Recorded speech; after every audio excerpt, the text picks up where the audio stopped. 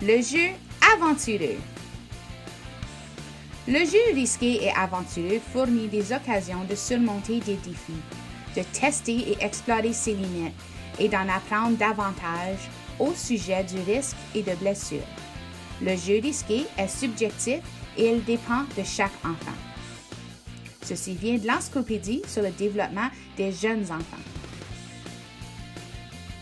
Il existe plusieurs types de jeux aventureux et risqués. Allons voir quel type de jeux aventureux vont nous montrer les enfants aujourd'hui.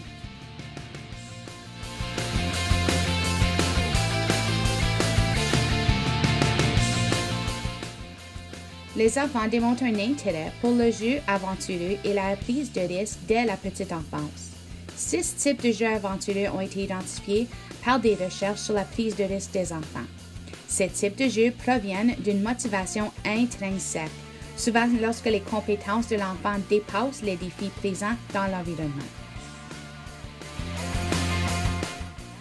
Pendant les jeux de hauteur, ceci permet l'enfant d'explorer ses limites et sa zone de confort. Il est important que l'adulte encourage verbalement l'enfant à acquérir la prochaine étape et toujours rester proche en cas qu'on a besoin d'aide.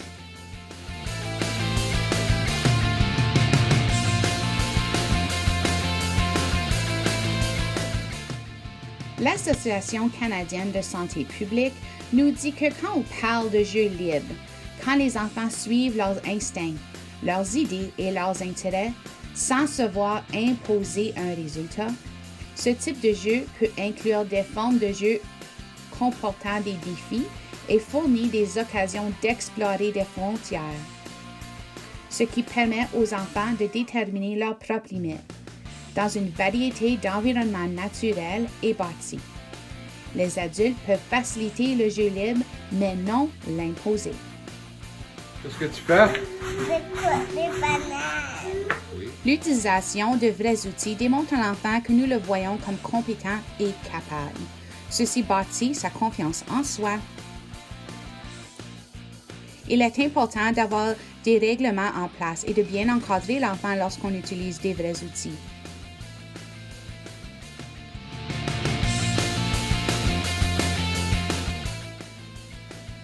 Les jeux de vitesse, beaucoup comme les jeux de hauteur, ceci permet à l'enfant d'explorer sa zone de confort et ses propres limites.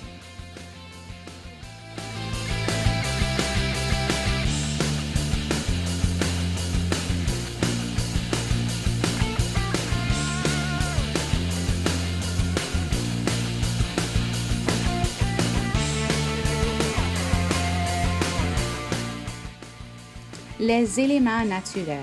Les éléments naturels incluent les falaises, le feu et l'eau. Chacun de ces éléments peut apporter un certain risque ou danger à l'enfant. Dans ce type de jeu, il est important que l'adulte encadre bien l'enfant, connaît bien son développement et où il est rendu dans ses capacités, afin d'appuyer, d'encourager et encore une fois bâtir l'estime de soi et la confiance de chaque enfant.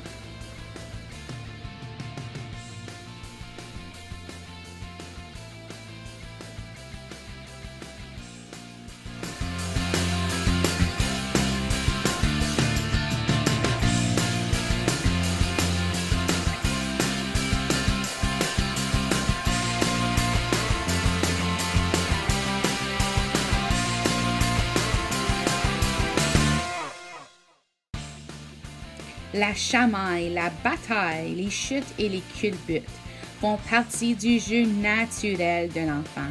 Les enfants veulent se sentir forts, veulent explorer leurs forces. Ce type de jeu est souvent interdit dans nos cours d'école et dans nos centres de garde.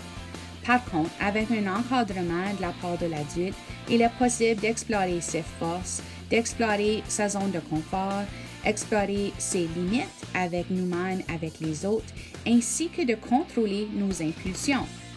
Lorsque nous encourageons le chamaillage, les chutes et les culbutes, il est important de reconnaître que la communication joue un grand rôle. Et on a besoin des règlements. C'est quoi un bon règlement à avoir? Lorsqu'on... OK, pour frapper les personnes, frapper la noix, c'est un bon règlement. Quoi d'autre? Écouter les personnes tranquillement. et écouter les personnes pas ordinaires.